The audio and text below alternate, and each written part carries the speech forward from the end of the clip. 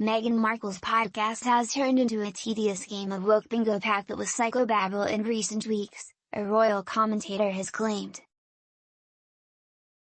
But Jonathan Saucer-Doty is confident the release of the trailer of the Sussex's new Netflix series will inject life into what he believes is currently a stuttering format.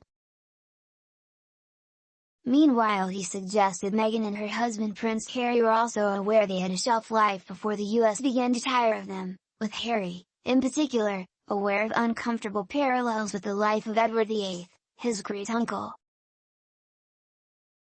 Mr. Saucer-Doty was speaking after the unveiling of the one-minute trailer for the eagerly anticipated 6-part series. Meghan has been airing her views on her weekly Spotify podcast Archetypes podcast, together with A-list guests including Serena Williams and Mariah Carey. However, for Mr. Saucer-Doty, the results have been somewhat underwhelming, to say the least. Speaking as he considered the likely reasons why the Prince and Princess of Wales had opted not to invite their in-laws to the Earthshot Prize Awards in Boston on Friday, which William presented, Mr. Saucer-Doty told Express.co.uk, what Meghan and Harry seemed to want was to be part-time royals, and it's reported that it was the Queen herself who said no to that. You are either in or you're out. You can't live somewhere else and do occasional bits but also carry on other activities outside the family. Mr. Saucer-Doty added, in that respect, there would be no reason for William and Catherine to invite them back in for this moment, and I just don't think it would be helpful for them to do that.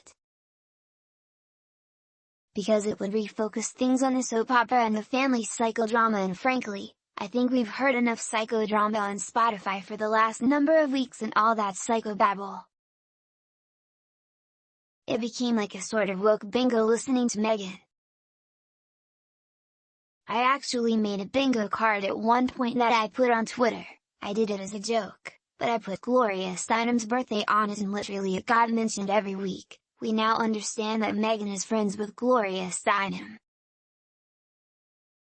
The world has already heard plenty from the Sussexes despite their concerns about their privacy, Mr. Saucer-Doty said, and would shortly hear a great deal more via the Netflix show and Harry's memoir, published next month and entitled Spare.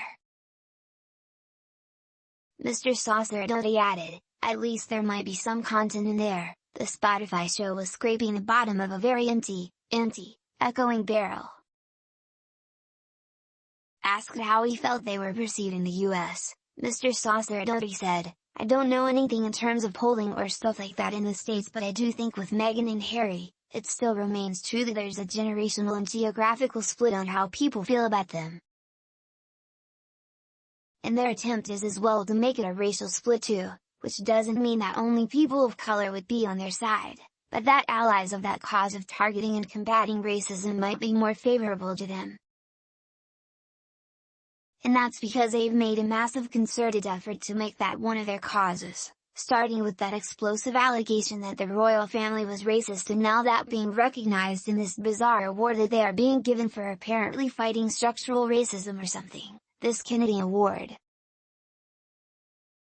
It's utterly bizarre, that, one much disputed allegation in a high-profile celebrity interview has somehow propelled them to the level of